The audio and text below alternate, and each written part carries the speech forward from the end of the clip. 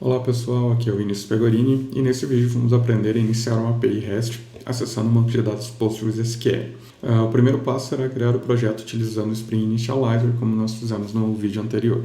Acessei aqui o Spring Initializer, vai ser um projeto do tipo Maven, a linguagem vai ser Java, a versão do Spring Boot vai ser a 2.3.2 e agora nós vamos alterar os dados do projeto. O grupo vai ser BR, Edu, TFPR, PB, PW26S, o artefato vai ser aula 1, a descrição vai ser projeto aula 1-PW26S, o nome do pacote vai continuar o mesmo, o packaging vai ser Java, a versão do Java vai ser 11 e agora nós podemos adicionar as dependências. Serão elas a DevTools, que já está aqui, o Lombok, Spring Web, Spring Data JPA e o driver do Postgres. Bom, finalizada a adição das dependências, podemos gerar o projeto e fazer o download aqui no botão ou com o Ctrl Enter. Agora que já temos os arquivos do projeto do aula 1 aqui na máquina, nós podemos extrair esses arquivos lá para a pasta que nós escolhemos para o workspace do projeto. Já extraí o aula 1 aqui, então todos os arquivos estão aqui dentro. Posso abrir a IDE agora. Iniciou a abertura da IDE, agora posso escolher o workspace, eu vou escolher o mesmo que eu trabalhei anteriormente e vou importar o projeto assim que a IDE abrir. Para quem escolheu o IntelliJ, basta importar o projeto quando a IDE abrir. Com a IDE aberta, eu vou vir em Arquivo, Import, escolher aqui projetos Maven existentes, Next, vou escolher o diretório onde está a aula 1, e vou clicar em finalizar. O projeto será importado, caso seja a primeira vez, pode demorar alguns instantes até finalizar o download das dependências. Meu projeto foi importado, aqui eu tenho o Source Main Resources e o Source Main Java, então meus arquivos de resources, meus arquivos de código fonte, essa é a classe principal do Spring, já está anotado com Spring Boot Application. Agora vamos alterar algumas configurações do nosso projeto no arquivo application.properties. Eu vou alterar a porta do servidor para 8026. Vamos mudar a estratégia do banco de dados aqui para a criação do banco. Então, toda vez que a gente reiniciar a aplicação, o banco vai ser criado novamente. Vamos exibir o SQL no console. E aqui tem algumas configurações do Postgres que vamos utilizar como banco de dados. No repositório do Git, eu vou deixar comentado aqui dentro desse arquivo conexões para outros bancos de dados também. Vai precisar apenas adicionar lá no .xml o driver de conexão para outro banco, que aqui está somente com o Postgres, mas caso volte lá no Spring Initializer, tem exemplo de como utilizar o MySQL e o H2 também. Então, vamos criar o banco lá no pgadmin. Então, após aberto o pgadmin, vou criar um novo banco, PW26S aula 1. Banco criado. Agora posso voltar para a IDE. Aqui na IDE, além do nome do banco, é importante alterar o usuário e a senha. Bom, com as configurações finalizadas, vamos aproveitar e popular o banco de dados também, pois como estamos lidando com a propriedade create drop do Hibernate, toda vez que iniciarmos o projeto, ele vai limpar o banco de dados e criar novamente. Então aqui dentro de Source Main Resources, vamos criar um arquivo import.sql, e aqui vamos criar alguns inserts. A ideia do que a gente vai fazer no projeto é um CRUD de séries de TV, que vai ter uma classe chamada série e uma classe chamada produtora, que vão ser as produtoras das séries. Então teremos também duas tabelas do banco de dados, que serão as tabelas série e produtora. Eu vou fazer alguns inserts para a tabela produtora, que é a primeira que vamos criar a estrutura. Bom, temos alguns inserts adicionados no import.sql. Notem que estou utilizando apenas o campo nome, mas temos também o campo id, que será autoincremente, por isso que não está aqui nos comandos de insert. Nesse primeiro exemplo, vamos deixar apenas o nome para deixar o exemplo mais simples. Depois nós adicionamos os outros campos na tabela. O próximo passo será a criação das classes e o mapeamento objeto relacional das mesmas. Vamos criar a classe produtora dentro de um pacote chamado model, então nova classe. Dentro de um pacote chamado model, vamos criar a classe produtora. A classe produtora terá dois atributos, o ID e o nome. Vamos realizar o mapeamento objeto relacional da mesma. Vai receber um @entity.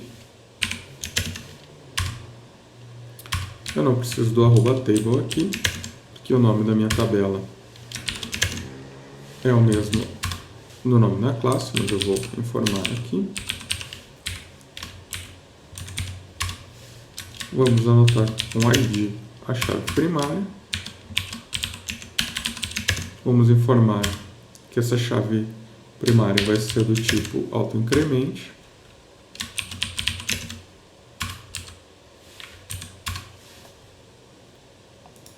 Vamos alterar alguns dados também do atributo nome.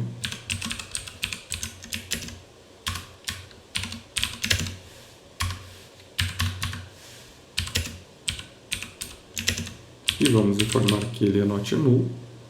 E agora, ao invés de criarmos os getters e setters e construtores, vamos utilizar o lombok para isso. Com o @data do lombok, nós temos os getters e setters. Vou anotar também com o noargs constructor, assim temos um construtor sem parâmetros, um construtor com todos os parâmetros. Vou sobrescrever o equals e hashcode,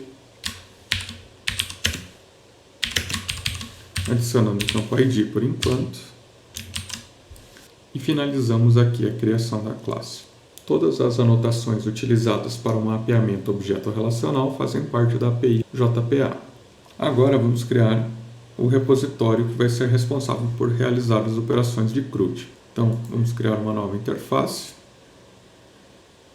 dentro de um pacote chamado repository.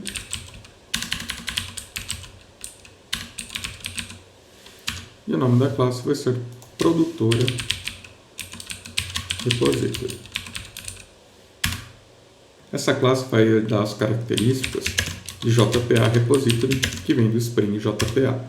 Nela precisamos informar qual é a classe e qual é o tipo de chave primária dessa classe. Nesse caso, long. Assim, as operações de insert, select, find by ID, delete e update, elas já estão implementadas pelo próprio Spring JPA. O próximo passo é criar a classe produtora controller, que vai ser a classe responsável por receber as requisições HTTP vindas do cliente. Então vamos criar uma nova classe chamada produtora controller, dentro do pacote controller, que vamos alterar aqui em cima. Então a classe produtora controller, eu vou precisar anotar ela com @restController, já que esse vai ser um controle REST, também uma anotação do Spring Framework. E agora nós vamos criar um método aqui dentro do produtora controller que vai retornar uma lista de produtoras para o usuário que chamar a API. Então vamos criar um método que retorna uma lista de produtora chamado findAll. Este método precisa retornar uma lista de produtoras. Para isso que a gente criou o repository produtora repository. Então agora eu vou injetar ele aqui.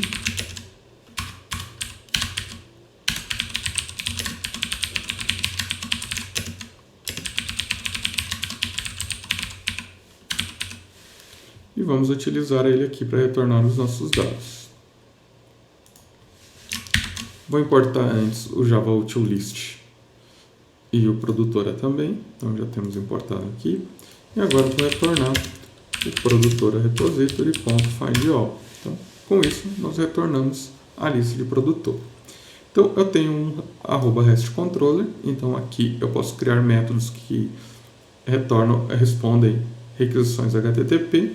Agora eu sempre preciso informar esse método que tipo de requisição HTTP que ele vai atender. Então, como nós queremos consultar dados, vai ser um GET. Tem um GET mapping aqui. E quando eu fizer uma requisição para a raiz da minha aplicação, eu vou retornar uma lista de produtoras. Então, nós já podemos testar a aplicação. Então, eu vou vir aqui no Boot Dashboard, vou selecionar o aula 1 e vou iniciar a aplicação. Faltou salvar o application.properties. Vou dar um cancel aqui e vou salvar tudo, assim ele salva todas as classes que faltaram salvar. Agora sim, vou reiniciar.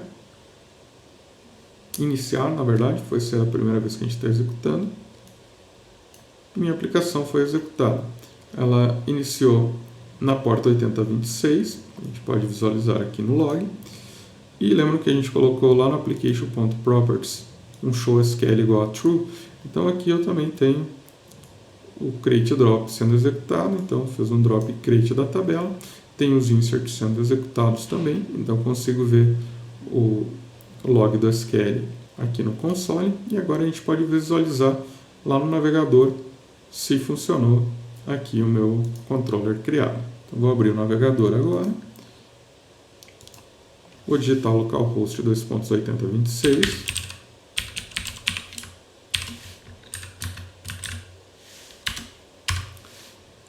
e eu tenho minha lista de produtoras aqui. Então, posso ver os dados brutos, então é um array JSON, e posso ver os JSONs aqui formatados.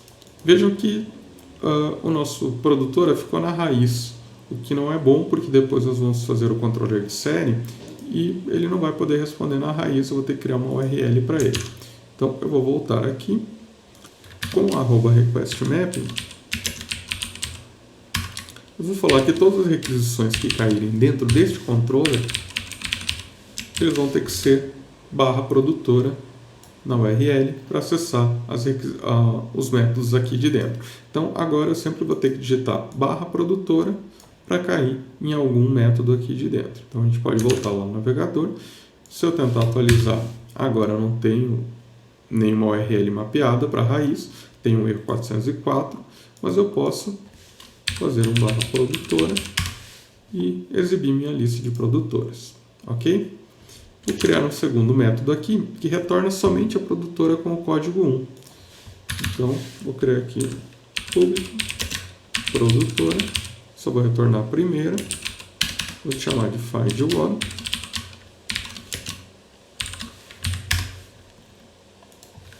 vou anotar com @getMapping aqui também, e vou retornar aqui o produtora repository, .findById. Vou passar o código da primeira produtora com o código 1. Se não encontrar, eu vou retornar null. E é isso.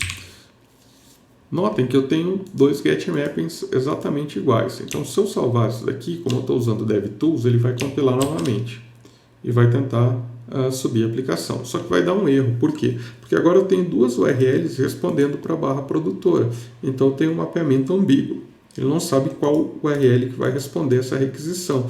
Então, sempre que eu criar uma URL em algum controller, tendo ele request mapping ou não, minhas URLs, caso usem o mesmo verbo HTTP, nesse caso o get, eu tenho que deixar elas, cada uma com uma URL diferente quando o cliente chamar.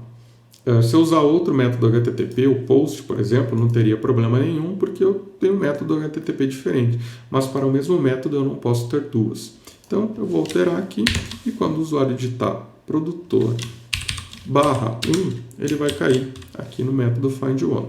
Veja que ele vai compilar novamente. E agora sim, ocorreu tudo com sucesso. Lembrando que quem usar o IntelliJ, o DevTools não vai funcionar corretamente, então vai ter que parar a aplicação e rodar novamente, ou simplesmente reiniciar a aplicação. Então agora eu vou lá no navegador, o meu produtora raiz continua funcionando, e agora eu também tenho o URL /1, que retorna somente a primeira produtora cadastrada. Bom, com isso finalizamos esse vídeo. No próximo nós vamos melhorar um pouquinho esse controller aqui, então vamos devolver uma produtora de acordo com o ID da produtora informado pelo cliente, e vamos criar os outros métodos aqui dentro do produtora controller para as outras operações de CRUD, para insert, para update e para delete, de acordo com os métodos HTTP que o usuário mandar, post, put ou delete.